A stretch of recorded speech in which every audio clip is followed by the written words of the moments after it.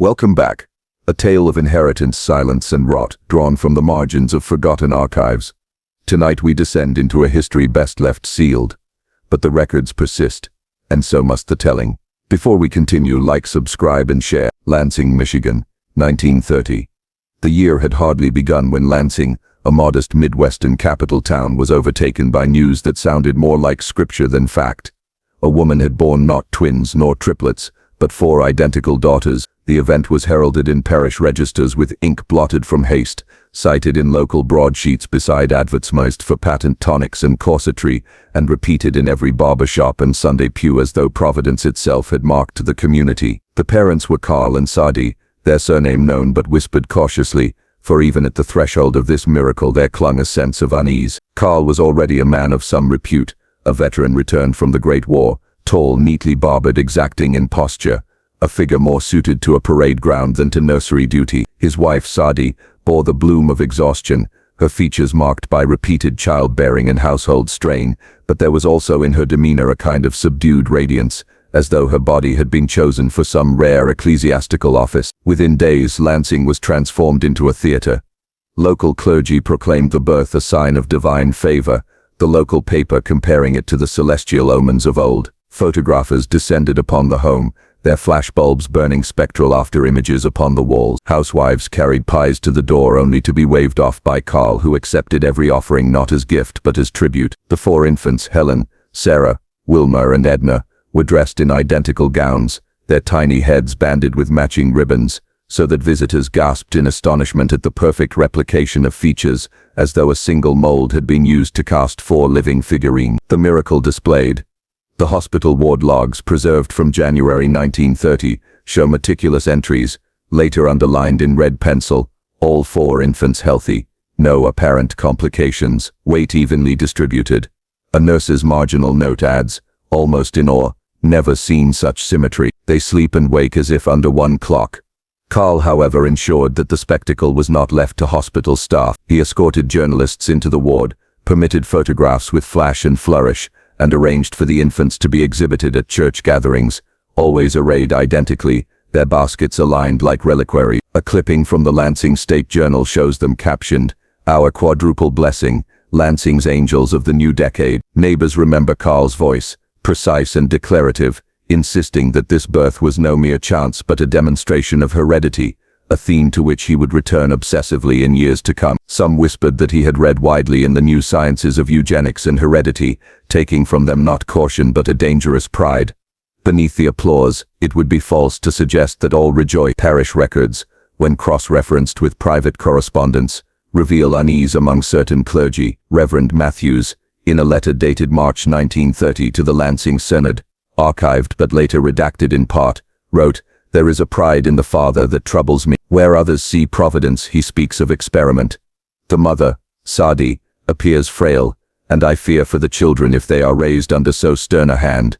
Sadie herself, though praised in public for fortitude, was already showing signs of wear. Neighbors described her as soft-spoken, ever watchful, quick to hush her words when Carl entered the room. If she smiled when the infants were presented, it was the thin smile of a woman rehearsed. Lansing as pilgrimage site. Throughout that year, Lansing was flooded with visitors who wished to glimpse the miracle children. Families drove from counties away, pressing against the picket fence to glimpse a stroller laden with 4 indistinguishable faces. The local Chamber of Commerce even discussed, half seriously, the notion of a quadruplet fair to attract tourism. Children at the local school claimed they had seen the sisters in a pram, their movements synchronous, their gazes eerily aligned. One boy recalled in adulthood, "They all turned their heads at once, as though one thought passed through 4 minds." Such recollections would later take on sinister resonance, but at the time they were uttered with simple awe. The father's authority.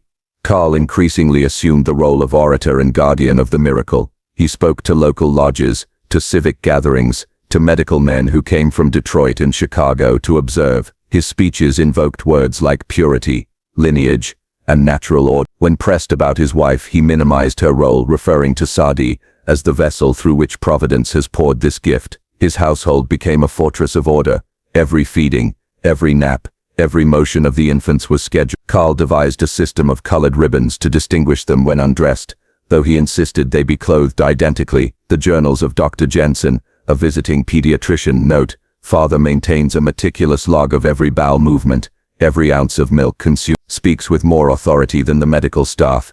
It was clear, even then, that the infants were not merely his daughters, they were his experiment. Foreshadowings in the margins. Among the surviving artifacts is a photograph album with embossed leather cover, now housed in the Michigan Historical Society, under accession code, MS. The first pages contain jubilant captions in Carl's hand.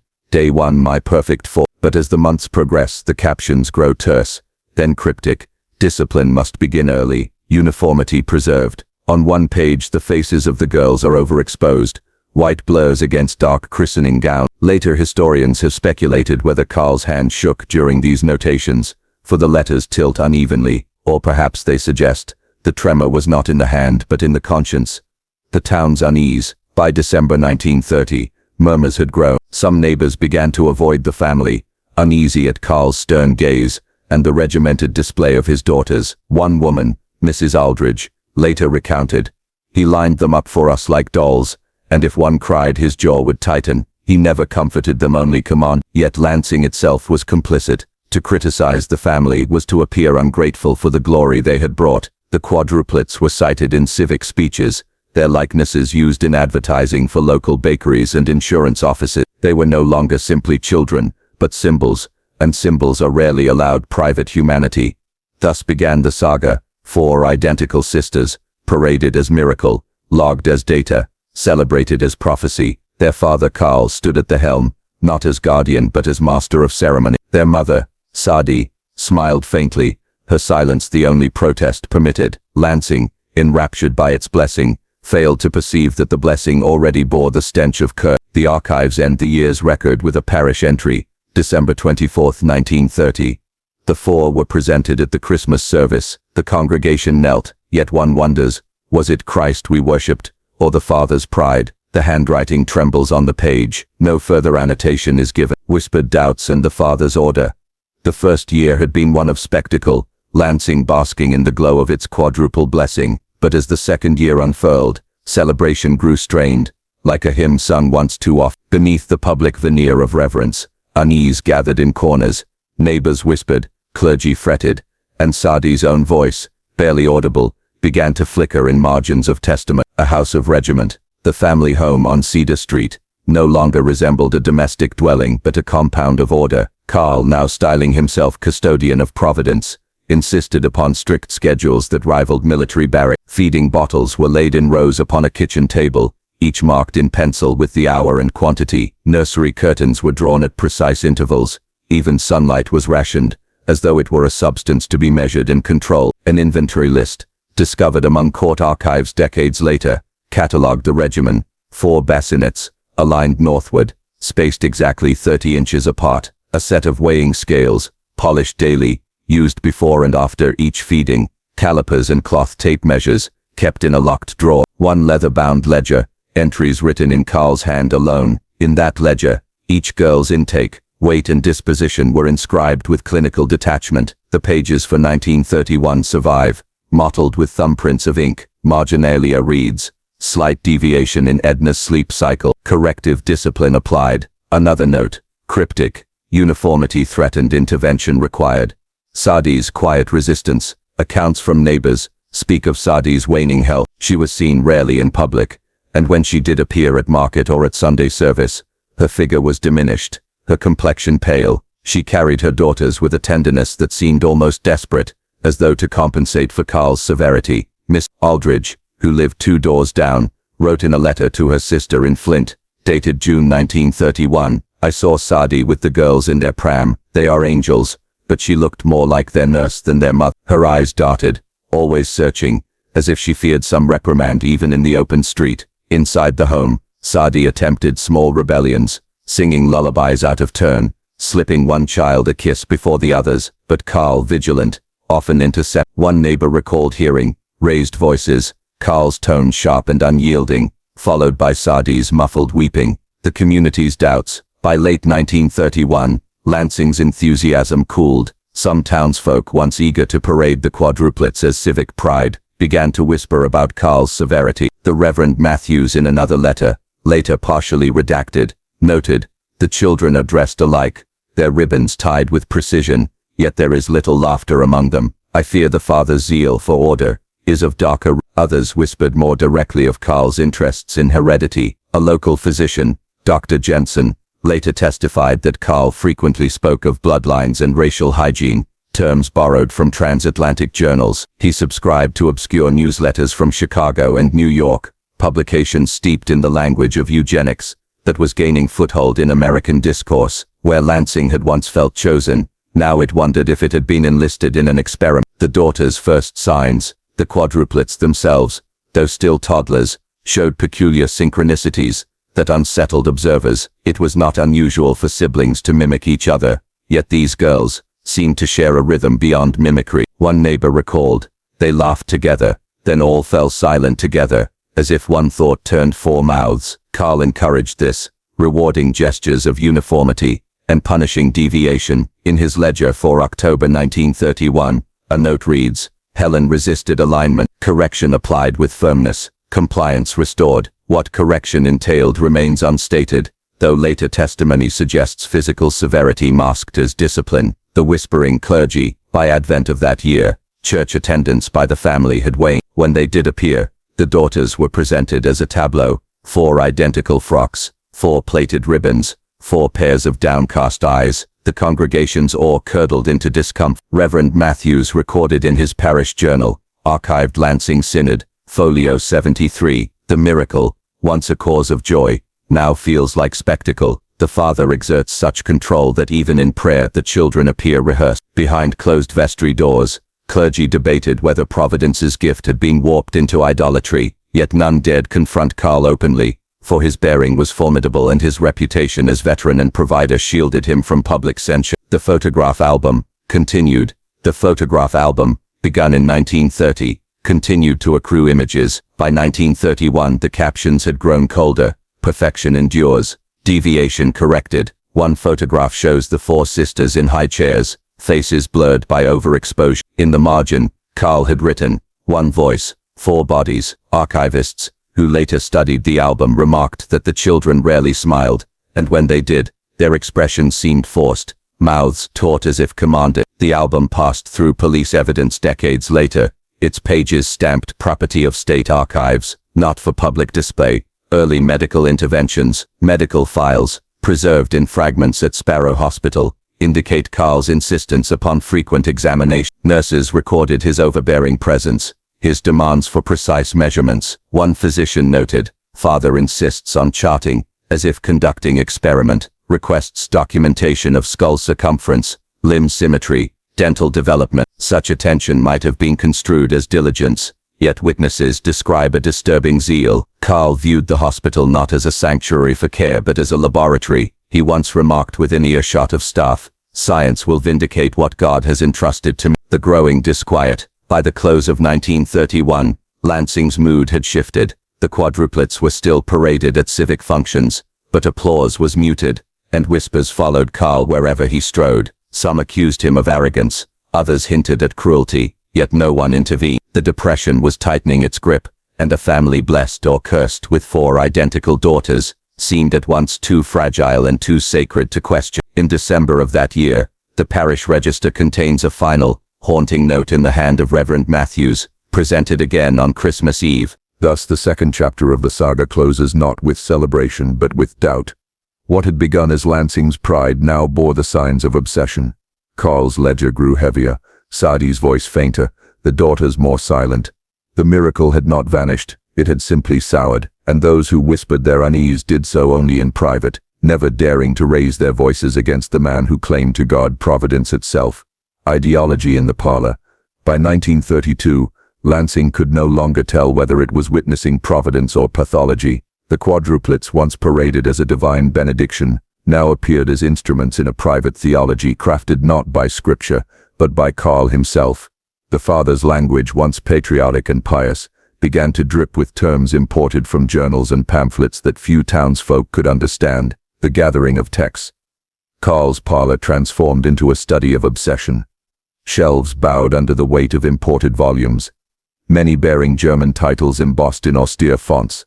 A surviving library catalogue from probate records lists Rassenhygiene und Nationalbiologie, Berlin, Hereditary Genius by Francis Galton, worn with marginalia in Karl's hand. Pamphlets from the American Eugenics Society, Chicago, circa 1931. An English translation of Mein Kampf, underlined at passages concerning purity and destiny. Annotations in the margins reveal Karl's fevered mind at work. 4 daughters as proof identical heredity preserve. Another, more chilling. Deviation contamination, must guard. Neighbors who visited recalled the strange aura of the room. One described it as a shrine, but not to God. The books were stacked like bricks in a wall, closing out the light. Sadi's withering presence. Sadi, meanwhile, withered further under the weight of her husband's dogma. Testimonies from her sister, gathered years later in depositions, tell of a woman whose voice had nearly vanished. When I visited, she sat small in the corner, hands folded. Karl spoke for her, even about the children's health. She seemed ashamed of breathing too loudly, yet Sadi's love for her daughters flickered in quiet acts. She smuggled them lullabies whispered in darkness, tales from her own childhood, stories of fields and rivers untouched by measurement, but she could not shield them from Karl's doctrines, which he fed with the same regularity as their meals. The children's synchrony, the quadruplets themselves, now toddlers able to walk and utter phrases, began to display uncanny synchrony. Witnesses recalled instances where one would stub a toe and all 4 cried in unison, or where a question posed to Sarah was answered instead by Helen, as though the thought had slipped between skulls. Karl encouraged this as proof of his thesis. 1 mind, 4 vessels. In his ledger of April 1932 he writes, Helen resisted during prayer. Sarah compensated without prompting, evidence of transference, unity intact. Photographs from this period, 5 of which survive in the Lansing Historical Archive, show the girls in matching pinafores, hands folded identically upon their laps, gazes averted from the lens. The captions in Karl's blocky hand read, Perfection endures, no fraction. The first rumors of violence. But beneath this synchrony lay coercion. Accounts from neighbors record faint cries through shuttered windows, sharp commands in Karl's voice. One delivery boy testified in 1954 that he had once glimpsed Karl striking the table with a leather strap, the girls shrinking in unison. Jensen, the local physician, grew concerned enough to record in a private note, later unearthed in his family papers, Father insists upon examinations far exceeding medical necessity. Children presented with bruises, said to be from discipline. Mother silent. I fear harm beyond what is spoken. Yet in 1932, Lansing had no vocabulary for such fears. Discipline was considered a father's prerogative, and the aura of miracle around the quadruplets made intervention unthinkable. The church divides. The Lansing parish itself began to divide. Reverend Matthews, once cautious, grew openly troubled. In his Easter sermon of 1932 he warned against turning blessings into idols, or treating children as instruments of doctrine. The sermon, though veiled, was widely understood as a rebuke of Karl. That week, Karl withdrew his family from regular services, declaring that the Lord's work is better preserved at home. Parish records note only sporadic appearances thereafter. The daughters presented stiff and silent when they did attend. Private notes from Matthew's journal, folio 84, read, The mother averts her eyes, the father radiates conviction. The daughters are pale moons orbiting his sun. I fear the gravity is too great to escape. Lansing's cooling enthusiasm. By summer of that year civic invitations dwindled. The mayor, once eager to display the sisters at parades, quietly omitted them from the Independence Day procession. Local newspapers, which had once splashed photographs across front pages, reduced coverage to terse mentions. The spectacle was losing its charm, replaced by suspicion. Whispers of Karl's foreign books spread. Some townsfolk muttered that he had German ideas unsuited to American soil. Others claimed to hear rumors of secret experiments conducted in the cellar. No proof emerged, but the air around the Morlok house grew heavy with dread. The album turns darker. The photograph album, Karl's cherished artifact, shifted in tone. Pages from 1932 bear captions devoid of affection. Correction applied. Deviation punished. One haunting image shows the 4 girls standing against a wall, hands flat, eyes lowered. Above it, Karl had scrawled, Uniformity achieved. When the album surfaced decades later in state custody, archivists placed slips of black paper over certain photographs before allowing researchers access. The reasons were not fully explained, but one archivist remarked, they were not fit for public eyes. The voice of the mother, And yet amidst the silence a trace of Sadi's resistance survives. In 1932 she composed a letter, never mailed, discovered folded in her Bible after her death, addressed to her sister. It reads in part, "Pray for me, pray for the girls. Carl believes they are chosen, but I fear they are cursed. He speaks of destiny, of nations, of purity. I only want them to laugh like other children. I dare not speak these words aloud." This letter, fragile and yellowed, was introduced as evidence during later inquiries. Its ink had faded, but the tremor of her hand was still visible. Thus, by 1932, the miracle had hardened into ideology. Lansing no longer celebrated, but watched in wary silence. The daughters were living testaments not to divine favor, but to a father's obsession with heredity and control. Carl had built a citadel of doctrine around his household, its walls papered with foreign texts, its foundations sealed by silence. Within, 4 daughters moved as one, obedient, synchronized, yet increasingly spectral. The question, no longer whispered but spoken, at least in private, was this: had the miracle been given by God, or forged by a man who mistook cruelty for destiny? Fractures, behind shuttered windows. By 1933 Lansing had grown accustomed to the Morlok residence as one might a mausoleum, solid, silent, and vaguely threatening. The shutters were drawn in daylight, the curtains never stirred, yet sounds leaked, faint cries, rhythmic thuds, and sometimes the droning cadence of Carl reciting passages, in a voice too measured to be prayer. First reports of disturbance. It was the schoolmistress, Miss Abernathy, who first sounded a note of unease. The Quadruplets, enrolled only sporadically, attended class for 3 months that spring. She recorded in her logbook, "The sisters exhibit curious unity. When one falters at recitation, another completes the line without pause. They speak in fragments, often in unison, and seem to guard their words as though fearing reprisal." She noted bruises along forearms, identical in placement, which the children explained as correction. When questioned, they grew mute, gazes fixed downward, until Miss Abernathy abandoned her inquiry. By April the girls were withdrawn from school entirely. Carl explained to officials that formal education stifles natural genius, and that he preferred controlled instruction at home. No law stood firmly enough to prevent him. Medical observations. Dr. Jensen, the family physician, left a memorandum, dated May 1933, later sealed among county archives. Brought to clinic by father for routine assessment, children presented pale, underweight, pupils dilated despite absence of medication. When questioned, individually, each deferred to the eldest, Sarah, who spoke in a rehearsed cadence.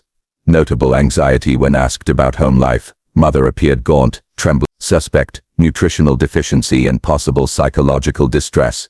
But father interrupts examinations, provides elaborate explanations, resists independent inquiry.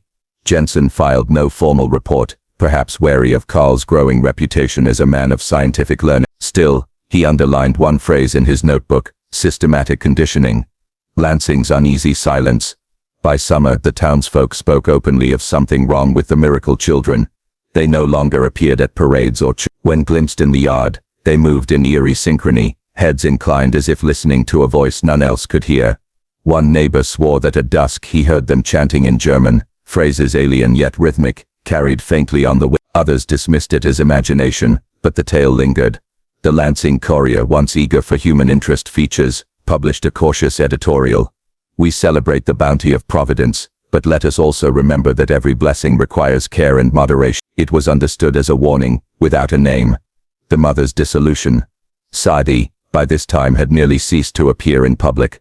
Parish women recalled her thin figure at market, eyes downcast, voice no more than a whisper. Her clothes hung loose, her hair, once neatly arranged, straggled in unwashed strands. A diary fragment from her sister, Esther, recounts a visit in July 1933. "She would not speak above a murmur. When I asked about the girls, she trembled and pressed her hand to her lips as if to seal the..." Carl entered and her posture shrank. She was not wife but shadow. Esther's testimony, suppressed during later inquiries, suggested Sadi contemplated fleeing with the daughter, but fear of Carl's reprisals, and the impossibility of vanishing with 4 identical children, kept her rooted in place. The children's unraveling. The girls themselves began to show disturbing symptoms. At night, neighbors reported shrieks followed by silence. One farmhand, walking past at dusk, glimpsed them through an upstairs window, standing motionless in their nightgowns, 4 pale figures aligned like sentries. During one rare church attendance that autumn, Sarah suddenly spoke aloud during the sermon. "We are watched, even when we sleep." The congregation fell into shocked silence until Carl escorted her out, smiling thinly as though indulging a child's mischief. The family did not return again for months. Reverend Matthews noted in his private journal, "This was no mischief." The child's eyes were wide with terror. "I fear she spoke truth under compulsion of conscience." The father smiles too readily, as if daring us to intervene. Authorities hesitate. There were murmurs at the county office. Files opened then closed. Social workers lacked clear precedent for intervention in a family so public, so cloaked in the aura of miracle. Carl's skill in presenting a veneer of respectability, his neatly kept house, his articulate defenses, his invocation of science, shielded him. A memorandum from a county clerk survives, unsigned but dated November 1933. Complaints received read, Morlok household, allegations of excessive discipline, secrecy and unhealthy environment. Counterpoint, father respected, children appear clothed and housed, mother uncomplained. Risk of scandal deters action. Thus, Lansing officials chose silence, preserving decorum over protection. Artifacts of control. Carl's album continued to accrue photographs, but the tone grew darker still. Captions from this year include, "Correction successful," and "Resistance eradicated." One photograph shows the daughters kneeling before a blackboard scrawled with German words for purity and obedience. A marginal note in Carl's hand, preserved in the same album, "Deviation equals contamination. Surveillance must be constant." Meanwhile in his ledger he recorded daily examinations, noting pulse rates, pupil dilation, dietary intake. His handwriting, once neat, descended into angular slashes, as though urgency overwhelmed grammar. Whispers of instruments. By winter rumors spread that Carl had acquired medical instruments from a supplier in Chicago, calipers, syringes, force. Delivery receipts confirm purchases under his name. He claimed they were for scientific demonstration. Yet whispers persisted that the girls were subjected to nightly inspections resembling procedures more than care. One former boarder dismissed abruptly, later testified that she had seen Carl polishing steel calipers at his desk, murmuring, "Measurement reveals destiny." Thus, 1933 ended with the Morlok household sealed tighter than ever. The miracle children had become specters, their laughter extinguished, their mother near collapse, their father enthroned in a fortress of ideology. Lansing, which had once celebrated, now watched with unease, but did not intervene. The stage was set for escalation, for the parlor to become a laboratory, for the family home to transmute into a prison, whose walls bore not scripture but doctrine. The fractures had widened, but none yet dared to look inside. Fractures behind shuttered windows. By 1933, Lansing had grown accustomed to the Morlok residence, as one might a mausoleum, solid, silent and vaguely threatening. The shutters were drawn in daylight, the curtains never yet sounds leaked faint, cries, rhythmic thuds, and sometimes the droning cadence of Carl reciting passages in a voice too measured to be prayer. First reports of disturbance. It was the schoolmistress, Miss Abernathy, who first sounded a note of unease. The Quadruplets, enrolled only sporadically, attended class for 3 months that spring.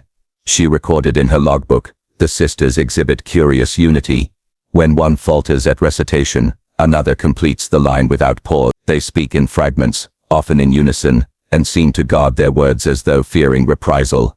She noted bruises along forearms, identical in placement, which the children explained as correction. When questioned, they grew mute, gazes fixed downward until Miss Abernathy abandoned her inquiry.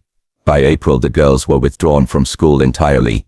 Carl explained to officials that formal education stifles natural genius, and that he preferred controlled instruction at home. No law stood firmly enough to prevent him.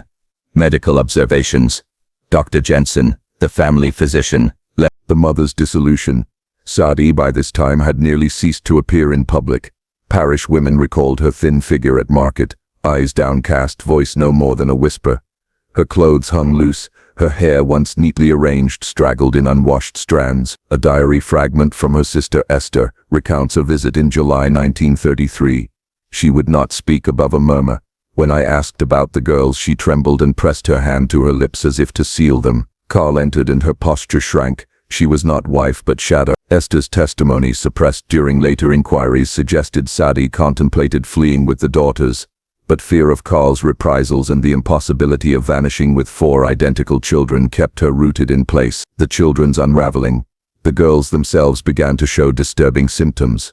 At night, Neighbors reported shrieks followed by silence. One farmhand walking past at dusk glimpsed them through an upstairs window standing motionless in their nightgowns, 4 pale figures aligned like sentries. During one rare church attendance that autumn, Sarah suddenly spoke aloud during the sermon. "We are watched, even when we sleep." The congregation fell into shocked silence until Carl escorted her out, smiling thinly as though indulging a child's mischief. The family did not return again for months. Reverend Matthews noted in his private journal, "This was no mischief. The child's eyes were wide with terror. I fear she spoke truth under compulsion of conscience." The father smiles too readily, as if daring us to intervene. Authorities hesitate. There were murmurs at the county office. Files opened, then closed. Social workers lacked clear precedent for intervention in a family so public, so cloaked in the aura of miracle. Carl's skill in presenting a veneer of respectability, his neatly kept house, his articulate defenses, his invocation of science, shielded him. A memorandum from a county clerk survives. Unsigned but dated November 1933. Complaints received re Morlok household. Allegations of excessive discipline, secrecy, and unhealthy environment. Counterpoint, father respected, children appear clothed and housed, mother uncomplaining. Risk of scandal deters action. Thus Lansing officials chose silence, preserving decorum over protection. Artifacts of control. Carl's album continued to accrue photographs, but the tone grew darker still. Captions from this year include "Correction successful" and "Resistance eradicated." One photograph shows the daughters kneeling before a blackboard scrawled with German words for purity and obedience. A marginal note in Carl's hand, preserved in the same album. "Deviation equals contamination. Surveillance must be constant." Meanwhile, in his ledger, he recorded daily examinations, noting pulse rates, pupil dilation, dietary intake. His handwriting, once neat, descended into angular slashes, as though urgency overwhelmed grammar. Whispers of instruments. By winter, rumors spread that Carl had acquired medical instruments from a supplier in Chicago. Calipers, syringes, delivery receipts confirm purchases under his name. He claimed they were for scientific demonstration, yet whispers persisted that the girls were subjected to nightly inspections resembling procedures more than care. One former boarder, dismissed abruptly, later testified that she had seen Carl polishing steel calipers at his desk, murmuring, "Measurement reveals destiny." Thus 1933 ended with the Morlok household sealed tighter than ever. The miracle children had become specters, their laughter extinguished, their mother near collapse, their father enthroned in a fortress of ideology. Lansing, which had once celebrated, now watched with unease but did not intervene. The stage was set for escalation, for the parlor to become a laboratory, for the family home to transmute into a prison, whose walls bore not scripture but doctrine. The fractures had widened, but none yet dared to look inside. The house becomes a laboratory. The year 1934 marked a decisive shift in the Morlok chronicle. What had been whispered as rumor, the father's fixation with measurement, his nightly inspections, emerged in the testimony of objects themselves. Instruments began to appear in photographs, scrawled diagrams littered his notebooks, and the parlor, once a domestic chamber, bore the unmistakable contours of a surgical suite. The arrival of instruments, a receipt preserved in the Chicago Medical Supply Ledger, confirms the purchase of the following items. Shipped to C. Morlok, Lansing, Michigan, April 1934. 2 sets of vernier calipers, surgical forceps, obstetrical design, hypodermic syringes, Gly reusable, measuring tapes calibrated in millimeters, ether mask and glass inhaler bottle. Neighbors recalled a crate being carried into the house under cover of dusk. Carl dismissed it as scientific apparatus for lecture demonstrations, yet no lectures materialized. Soon afterward, the quadruplets were seen less and less, except at dusk when they were herded in from the yard, their eyes glassy, their steps too perfectly aligned. The regimen of measurement. Carl's surviving ledgers from this period, later seized by county officials, are a catalogue of obsession. Daily entries of height, weight, pulse and pupil size. Notations of synchronized responses. All 4 flinched simultaneously at stimuli. Sketches of cranial profiles with caliper measurements annotated in the margins. Calculations of symmetry, percentages of deviation marked in red ink. He appended curious headings: genetic congruence, purity index, resistance quotient. One entry dated June 2, 1934 reads, Subject A, shows hesitation at instruction, correction administered, subsequent compliance satisfactory. synchrony intact, mother weak, attempts interference neutralized with admonition. The clinical tone, applied to his own daughters, chills more than any accusation could. The ritual of inspection, witness accounts though fragmentary, suggest that inspections occurred nightly. A dismissed maid testified years later that at 9 o'clock precisely, Carl summoned the girls to the parlor. He arranged them by height, seated Sadie at the pianoforte, though she never played, and began what he termed evaluation. Each child was examined in turn, scalp parted, pupils measured, limbs extended with forceps if they resisted. He demanded that they repeat German phrases in unison, their voices hollow in the shuttered house. The maid recalled, it was not medicine, nor schooling, but ceremony. The father made himself priest of a doctrine only he believed. The girls obeyed, but their eyes pleaded otherwise. She fled after 3 weeks, swearing never to cross that threshold again. The mother's collapse. Sadie's condition deteriorated rapidly under this new regime. She suffered fainting spells, sudden tremors, and prolonged silence. In August 1934 she was admitted briefly to Sparrow Hospital, under the guise of nervous exhaustion. The admitting physician, Keating, filed a discreet note. Patient exhibits profound fatigue, emotional lability, reports of sleeplessness due to nightly disturbances at home, husband evasive regarding details, strong odor of ether noted on patient's clothing. She was discharged within a week at Carl's insistence. Thereafter, her presence at inspections became purely symbolic. Her figure slumped at the pianoforte, hands trembling against the keys, bearing mute witness. The girls' morbid synchrony. It was during this year that observers first described the phenomenon investigators would later term morbid synchrony. The quadruplets moved as though governed by a single nervous system. When one coughed, all 4 raised a hand to their mouth. When startled, they gasped in unison.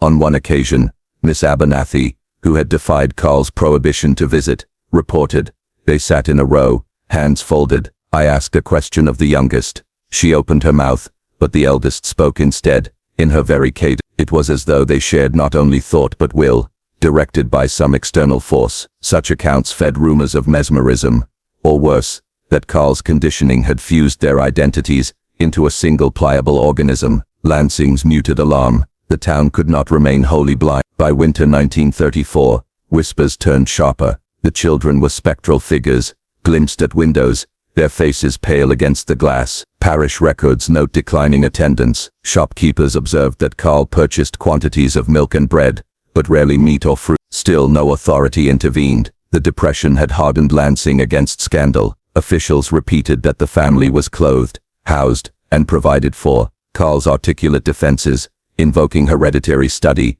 and educational experiment, silenced timid inquiry. Only Reverend Matthews persisted, writing in his December sermon, there are houses among us where silence is not piety but fear, where unity is not harmony but bondage. Beware the idol that wears a human face. Many understood the reference, few acknowledged it aloud. The photographic album, 1934. Carl's album thickened with images from this year. Surviving prints show the quadruplets standing against a wall marked with chalk lines of measurement. They wear identical shifts, their expressions black. Captions in Carl's angular hand, read, deviation corrected, congruence achieved, and most chillingly, no contamination. One photograph, blurred as if hastily taken, shows Sadie in the background, head bowed, her hand gripping the piano bench as though to steady herself. Across the page, Carl had scrawled, maternal weakness, irrelevant, the descent into doctrine. Carl's notebooks from late 1934 show not only measurements but fragments of ideology.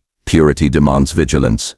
Deviation arises first in the mind, then the body. Hereditary perfection must be enforced, not presumed. He cited obscure German treatises, copied passages from pamphlets, smuggled through immigrant channels, and aligned his daughters' lives with principles of racial hygiene, gaining momentum abroad. To him the quadruplets were not children, but specimens, proof of his theories, living instruments of purity. By the close of 1934 the Morlok home was no longer a household but an institution, an asylum, a laboratory, a chapel of one man's doctrine. The girls had become synchronized echoes, the mother a fading shadow, the father a gaunt figure enthroned in his own authority. Lansing watched uneasily. Officials shuffled papers, neighbors whispered, but none breached the shutter. The miracle of 1930 had curdled into something unspeakable, yet the silence held. The fractures were no longer hidden. They were ritualized, recorded, photographed. The stage was set for revelation, for intrusion,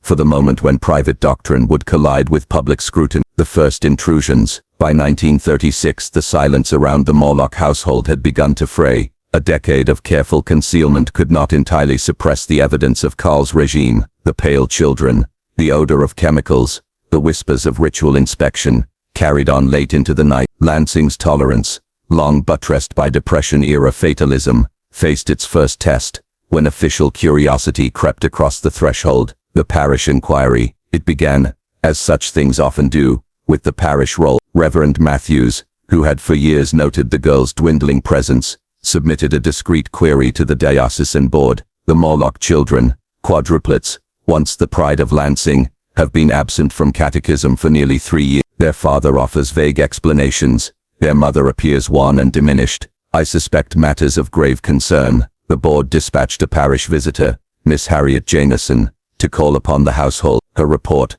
preserved in the diocesan archive, describes a visit in the spring of 1936. House shuttered. Though daylight shone, children appeared as if summoned, 4 in a row, dressed alike. Their greetings were rehearsed, mechanic. The father loomed at the threshold, answered all inquiries himself, mother present but silent, hands trembling upon the back of a chair. I requested to see the schoolroom. He declined, citing illness of the children, atmosphere oppressive, as if one breathed through cloth. The board considered further action, but demurred. Delicate matter. Their minutes read, Mr. Morlok is respectable, his household intact, no evidence of neglect. Thus the first official hand knocked and withdrew. The family physician. The second intrusion arrived that autumn, when Sarah, the eldest, suffered a fainting fit during a rare excursion to a grocer. Concerned neighbors summoned Dr. Collins, the family physician. His clinical notes, later subpoenaed, record a troubling scene. Examined patient, SM, aged 11, severe pallor, malnutrition evident, pulse irregular. Siblings presented identical symptoms. Father insistent upon explaining all findings himself, attributing weakness to synchronized constitution of multiples. On questioning mother, she remained silent, eyes cast downward. Strong odor of ether in parlor. Surgical instruments visible upon sideboard, ostensibly for study. Concern warranted. Collins recommended dietary changes and outdoor exercise. Karl nodded, promised compliance, and escorted him out. No follow-up was permitted. When questioned years later, Collins admitted, I sensed wrongness, yes, but our authority over the patriarchal household was slight. One raised too sharp an alarm at risk of professional ruin,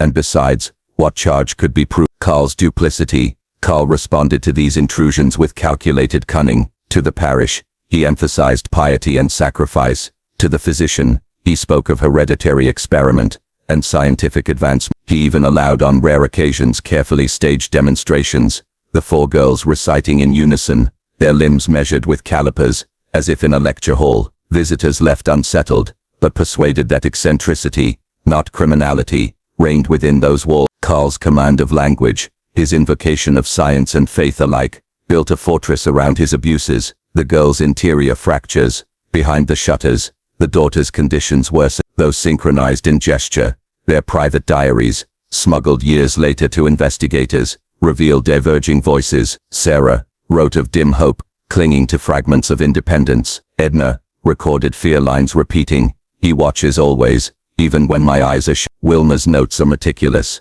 columns of numbers copied from her father's ledgers, as if by writing them she might control their power. Helen's fragments, by contrast, descend into chaos, scribbles of faces without eyes, figures looming in doorways, words scratched until the paper tore. Though trained to speak as one, in secret they fractured, each bearing the horror differently, none unscathed. The study group. It was in late 1936 that Karl, sensing scrutiny, reframed his household as a study group. He invited a handful of local teachers and an itinerant lecturer from Detroit to witness educational exercises. One attendee, a Miss Porter, later recalled, the 4 stood at attention. He bade them recite scripture, then arithmetic, then fragments of German verse. Their movements were identical, down to the blink of an eye. We applauded nervously. He smiled, declaring this proof of hereditary congruence. I left unsettled, feeling I had attended not a lesson, but a rite. By orchestrating these displays, Karl blunted suspicion. The very strangeness of his household became spectacle rather than scandal. Sadi's diminution. Sadi, meanwhile, diminished, almost to a wraith. Witnesses noted her weight loss, her silence, her vacant stare. Once vivacious, she now appeared spectral, drifting through rooms as if half awake. Her letters to a distant the first official record. Still, not all went unnoticed. In 1937, Ingham County filed its first official memorandum, report received concerning Morlok household, allegations of irregular schooling, malnourishment, excessive paternal control, investigation recommended, yet the file bears a red stamp, no action taken. Reasons are not recorded, though one may infer the usual mixture of deference, intimidation and inertia. By the close of the decade, Carl's dominion remained intact. His daughters, synchronized yet fractured, endured under the weight of nightly inspections. Sadie receded into silence. Lansing continued to avert its eyes, but the pattern of scrutiny had begun. Parish, physician, county, each had glimpsed the truth, however fleeting. The fortress was no longer unassailable. Cracks had appeared, through which the stench of rot seeped. The Morlok home stood unchanged, yet within its shuttered rooms the air grew more suffocating, the instruments more numerous, the ledger entries more chilling. Outside, the world stirred, medicine advancing, psychiatry emerging, authorities fumbling toward recognition. The inevitable reckoning drew closer. Mirrors and doubles.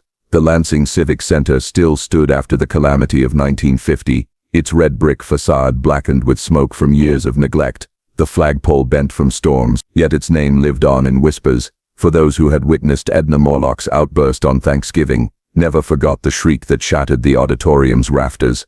Carl Morlok spun the collapse into a tale of nervous strain, the natural weakness of a daughter too tender for the stage. But those seated close enough recalled the wild light in Edna's eyes and the unmistakable words, "Father's monsters are hiding behind their faces." Carl's control tightened in the aftermath. Reporters who pressed for interviews were threatened with defamation suits. Former neighbors who spoke to the Detroit Free Press found themselves harassed by Carl in his capacity as constable. Inside the Morlok household, doors were nailed shut, windows covered in heavy drapes, and visitors forbidden. Even relatives were warned away. The Quadruplets, once a civic spectacle, disappeared into a private prison. The watcher behind the glass. Edna's paranoia became the lens through which her sisters began to see. She insisted that their house was riddled with mirrors that did not reflect truly. "Not mirrors," she whispered to Helen one night, "but windows and something on the other side watching." Helen, already sketching faceless figures in her secret notebooks, began to record these mirrors with charcoal panes, where the reflections leaned at wrong angles, eyes staring from the glass when the sisters looked away. Several of these drawings, recovered years later from a Lansing attic sale, were marked with Carl's initials, as if he had catalogued even their nightmares. Wilmer fared no better. Sleeplessness plagued him until dawn, when he would be found pacing in his room, muttering in fractured German phrases about the tribunal, the false fathers and the faces that bleed. A parish record from 1951 notes Wilmer's confession to Reverend Claiborne. "They have placed masks on us. We are rehearsing for a stage we never chose." Claiborne filed the note among his vestry papers. It was only unearthed when the diocese sold its archives decades later. Carl's doctrine of discipline. Carl doubled his reliance on imported journals of the Nazi period. Neighbors observed shipments arriving at the house, bound volumes with German lettering, crates marked with foreign stamps. In his study, he laid them beside his police manuals and family photo albums. One volume, Gesundheit und Volk, Genetic Health and People, was found decades later in an estate auction, its margins filled with Carl's notes in a harsh hand. Passages on hereditary degeneration were underlined. In the blank pages he copied out drills for the quadruplets, posture routines, vocal exercises, scripted prayers. Each bore the rubric, "Perfection is obedience." Morrison, though banished after suggesting psychiatric aid, continued to keep notes. His private journal, now in the Lansing Historical Society's restricted cabinet, recorded sightings of the children, always under Carl's watch. 1951 April. Saw Helen escorted from school. She looked not outward but at pavement. Carl walked 2 steps behind, gaze fixed upon her neck.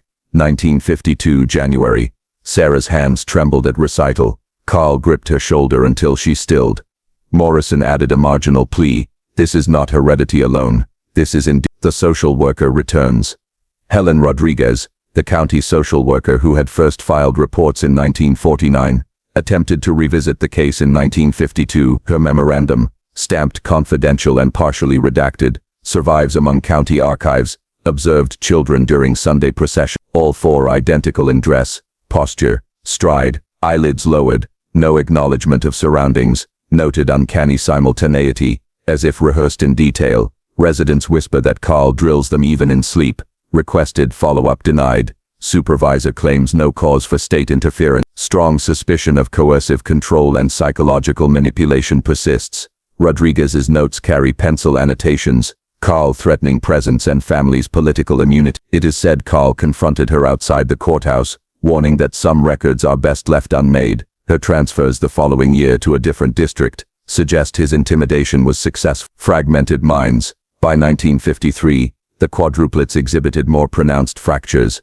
Sarah ceased speaking in linear sentences, her words breaking into shards. Judges above the door, mouths sewn. Rehearse again. Helen began hiding her drawings beneath floorboards. One depicts 4 children connected by wires to a single faceless figure, with the caption, "Father's hand." Edna alternated between frantic laughter and long silences, during which she claimed to hear audiences clapping inside the walls. Wilma's mutterings shifted to guttural cries in the night, often pounding mirrors until they cracked. Carl responded with stricter regimen. Locks were changed, sedatives administered, and reports of neighbors hearing screams were dismissed as rowdy practice. When a physician was summoned to tend Wilma's injured hands, Carl insisted the boy had fallen during play. The physician's note, later appended to his medical ledger, remarks, "Injuries consistent with deliberate striking of hard surface, patient's gaze vacant." The doctrine expands. Carl's ambitions had grown beyond household control. In his constable's office he displayed the quadruplets' photographs beside German aphorisms. Visitors recalled his boast, "Perfection is bred, not chosen." A surviving campaign leaflet from his 1954 re-election bid contains an image of the 4 Morlok children in uniform dress, smiling faintly. Beneath, the slogan, "4 proofs of order." Some whispered that he intended to present the Morloks not merely as curiosities, but as proof of his philosophy, living embodiments of his borrowed doctrine. If Lansing had not been a modest Midwestern town but a capital, one shudders to think how far he might have carried that. By the mid-1950s, the quadruplets were no longer Lansing's darling spectacle. Rumors of breakdowns, the eerie sight of their synchronized walking, and the whispered reports of mirrors covered in sheets kept neighbors at bay. Yet inside the house the performances continued, for an audience of 1. In 1955 a visitor delivering milk described seeing through the slightly open door 4 figures, sitting in absolute stillness, staring toward a wall where no television stood. Their father's voice carried from the parlor, "Begin again, this time without error." The unmasking. By the summer of 1956, Lansing no longer celebrated the Morlocks. The novelty of quadruplets had curdled into rumor. The parades and civic programs long since faded. Yet in the Morlok home the theater endured, now sealed entirely from the outside world. Carl referred to it as the stage of order, a phrase appearing in multiple letters discovered decades later in the estate of a retired constable. The community thought the family withdrawn. In truth, Carl was preparing his final demonstration. The archivist's folio. The first crack came from an unexpected quarter, the papers of Dr. James Morrison, the ostracized physician. Upon his death in 1956, his widow donated his personal library to the Lansing Historical Society. Among the medical texts and hospital ledgers was a slim folio marked only with the initials EW. Inside were carbon copies of letters Morrison had written between 1949 and 1952 to various medical boards. One addressed to the American Journal of Psychiatry bore the chilling line, "To witness 4 patients of identical parentage suffer the identical emergence of schizophrenic symptomatology, timed as if rehearsed, demands inquiry not into heredity alone, but into induced trauma and coercive conditioning." Red ink across the letter read, "Returned, you unsuitable for publication." In another draft, Morrison listed the quadruplets by their hospital-given initials E.W. and compared their deterioration to the training of stage performers under duress, forced into synchrony at the expense of self. When archivists catalogued the folio, they noted marginal diagrams, crude sketches of obstetric forceps, calipers and a mirrored chamber annotated Morlok observation device. It is unclear whether Morrison speculated or recorded first-hand knowledge. Social worker Rodriguez reappears. Helen Rodriguez, now transferred back to Lansing in 1957, revisited the case on her own authority. Her diary, later discovered in her niece's attic, reveals clandestine visits. April 2, stood across East Michigan Avenue, windows of Morlok home entirely draped, yet saw movement, all 4 children passing in single file, heads inclined, arms rigid at sides. It resembled a procession of the condemned. April 14. Attempted contact. Carl answered door, uniform still on. He blocked threshold. When asked of the children, he smiled. They are practicing. Practicing what? He did not answer. Rodriguez confided to a colleague that the scene carried the odor of ritual. Her requests for a state investigation were again denied. A penciled note on her draft petition reads, Carl's office exerts pressure. Political immunity remains strong. The children break ranks. It was Wilmer who first fractured the enforced symmetry. In late 1957 he appeared at Elmwood Church alone, hair uncombed, speaking disjointedly to parishioners. The mirrors are windows. They breathe behind them. Father feeds us to their eyes. He was quietly escorted back by Carl before police could be summoned. The next Sunday, Reverend Claiborne remarked from the pulpit about the dangers of prideful fathers who place order above mercy. Carl stood at the rear, arms folded, expression like stone. Claiborne was found the following week with his vestry vandalized, papers shredded, drawers overturned, though no charges were ever filed. The Lansing incident. The decisive rupture came on October 3rd. The Morloks were scheduled to appear at a civic banquet at the Lansing Civic Center, their first in years. Carl had accepted on condition of complete control over the program. Those present recall the children taking the stage in identical garments of pale silk, ribbons denoting each name. Their movements were stiff, eyes downcast, voices reciting lines in eerie unison. But midway through the recital, Helen faltered, dropping her script. When Carl hissed from the wings, she froze, then began to laugh, a broken, unnatural laugh that echoed against the rafter. Edna joined, shrieking words, half coherent. They are here. Behind the glass, they clapped their bleeding hands. Wilmer began striking the stage floor, chanting fragments of German, while Sarah turned in circles, eyes wide as if tracking something invisible above. Panic swept the audience. Guests stumbled toward the exits as Carl bellowed from the stage, ordering silence, commanding the children to resume. But the quadruplets could not be stilled. What had been hidden within the draped windows of East Michigan Avenue now erupted in public view. Suppression. Newspaper accounts of the event were curiously muted. The Lansing State Journal of November Run reported only a minor stage mishap at the banquet, with no mention of screams or breakdown. Yet personal diaries and letters from attendees, preserved in private collections, tell otherwise. One guest, Mrs. Eleanor McPherson, wrote to her sister, I shall never forget the faces of those children, as if puppets whose strings had been cut, writhing as something else pulled at them. Carl wielded his influence as constable to suppress wider coverage. Witnesses who attempted to speak were threatened with libel suits, yet fragments of the truth escaped in gossip, and whispers of the haunted Morlocks spread anew. The instruments, the most damning artifacts, emerged years later, after Carl's death, when the Morlok house was cleared. In a locked trunk were found a set of surgical forceps, pitted with age, calipers marked with measurements of infant skull, a box of cracked mirror panes, each labeled with dates, a journal in Carl's hand, describing synchrony drills, noting lapses, punishments and responses to the watchers. At the time of discovery, officials dismissed the items as eccentric keepsake, yet the surviving inventory, stamped property of Ingham County Sheriff's Office, 1961, suggests otherwise. Several pages are redacted, with only the chilling line legible. Experiment achieved. Witnesses unnecessary. From 1958 onward, the quadruplets vanished from public view entirely. No further performances, no church appearances, no school records. Lansing spoke of them only in murmurs. Some claimed to hear singing from behind the draped windows. Others reported children seen at night, walking in single file along the hallway, each carrying a candle. Carl insisted to any who asked that they were continuing their studies, but no one believed him. The Civic Center incident had peeled away the mask, and the town recoiled. What lingered most were the mirrors. Neighbors swore Carl discarded shattered panes at night, their silver backing blackened, as if burned from within. The house of drained faces. By the spring of 1959, Lansing no longer denied what it had. The Morlok family was spoken of, with the hush reserved for pestilence, a cautionary parable whispered to children. Rodriguez's last attempt. Helen Rodriguez, the persistent social worker, returned again in March 1959. Her field notes, now yellowed, reveal her despair.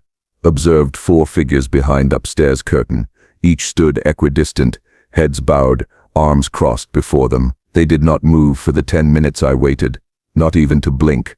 When Rodriguez confronted Carl, he brandished his constable badge and threatened arrest for trespass. In her private notebook, she scribbled a last, desperate line. "This is no home. It is a stage. The children are not raised. They are rehearsed."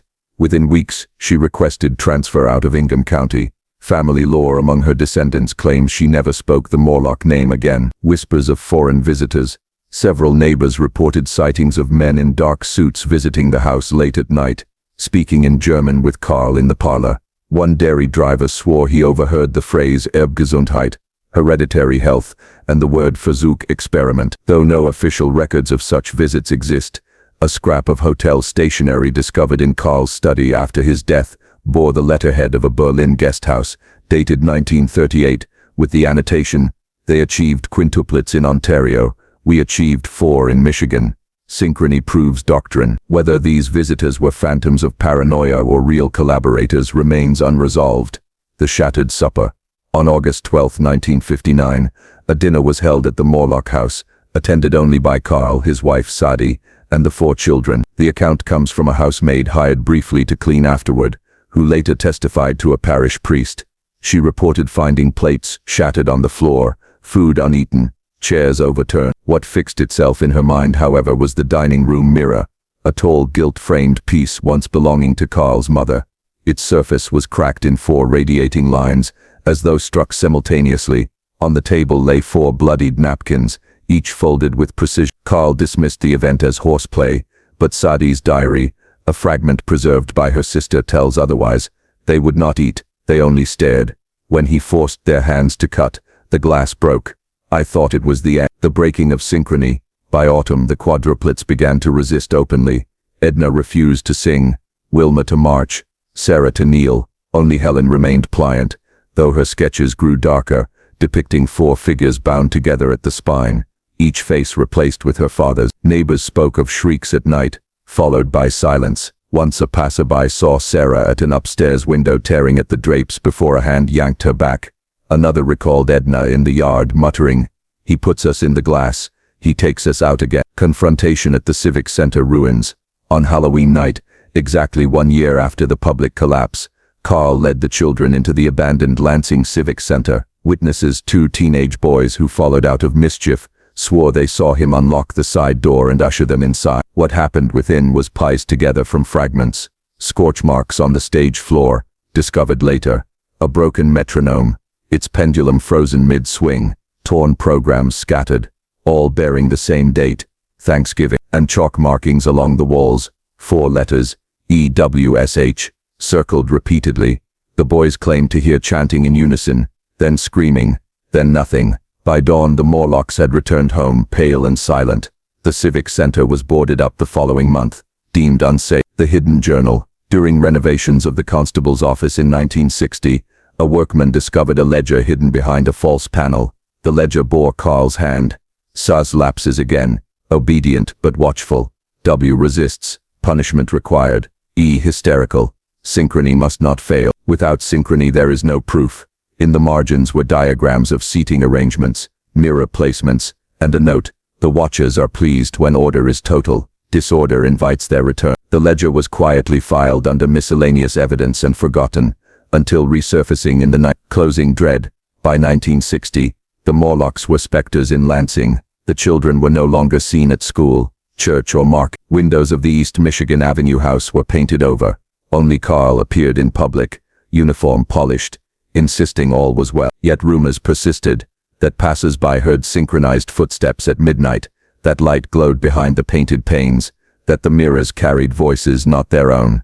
What is certain is this: by the year's end, the quadruplets ceased to appear in any civic record. Birth certificates, yes, but no marriages, no deaths, no further traces, only silence, and Carl's ever-thickening curtains.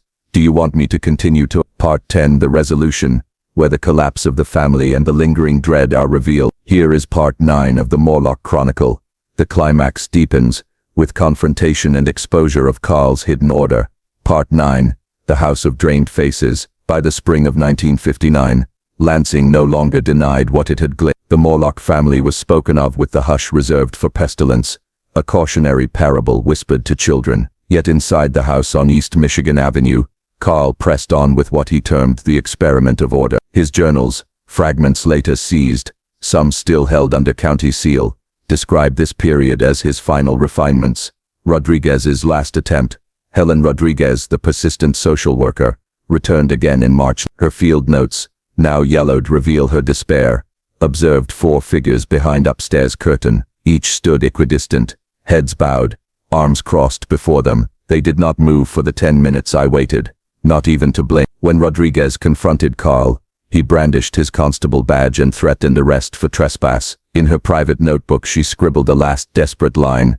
"This is no home, it is a stage. The children are not raised. They are Within weeks she requested transfer out of Ingham County. Family lore among her descendants claims she never spoke the Morlok name again. Whispers of foreign visitors. Several neighbors reported sightings of men in dark suits visiting the house late at night, speaking in German with Carl in the parlor. One dairy driver swore he overheard the phrase Erbgesundheit, hereditary health, and the word Versuch, experiment. Though no official records of such visits exist, a scrap of hotel stationery discovered in Carl's study after his death bore the letterhead of a Berlin guest house, dated 1938, with the annotation, "They achieved quintuplets in Ontario. We achieved 4 in Michigan. Synchrony proves doctrine." Whether these visitors were phantoms of paranoia or real collaborators remains unresolved. The Shattered Supper.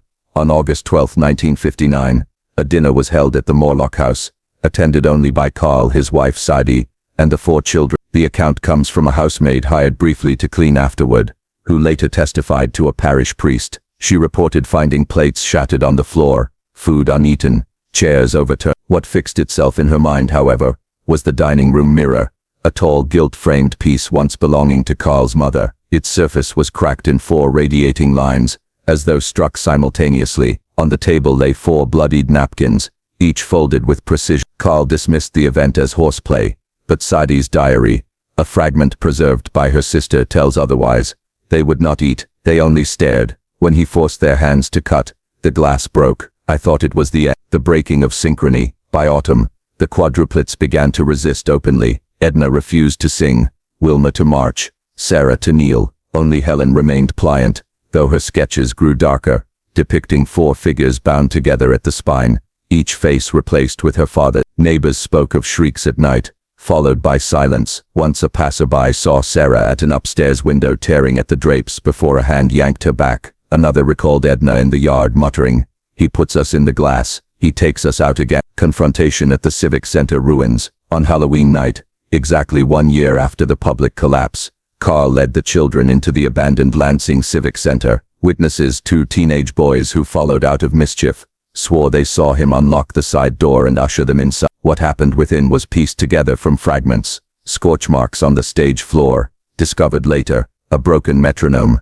its pendulum frozen mid-swing, torn programs scattered, all bearing the same date, Thanksgiving, and chalk markings along the walls, 4 letters, EWSH, circled repeatedly. The boys claimed to hear chanting in unison, then screaming, then nothing. By dawn the Morloks had returned home, pale and silent. The Civic Center was boarded up the following month, deemed unsafe. The Hidden Journal. During renovations of the constable's office in 1960, a workman discovered a ledger hidden behind a false panel. The ledger bore Carl's hand. Say lapses again. H obedient but watchful. W resists. Punishment required. E hysterical. Synchrony must not fail. Without synchrony there is no proof. In the margins were diagrams of seating arrangements, mirror placements, and a note, "The watchers are pleased when order is total. Disorder invites their return." The ledger was quietly filed under miscellaneous evidence and forgotten, until resurfacing in the 1980s.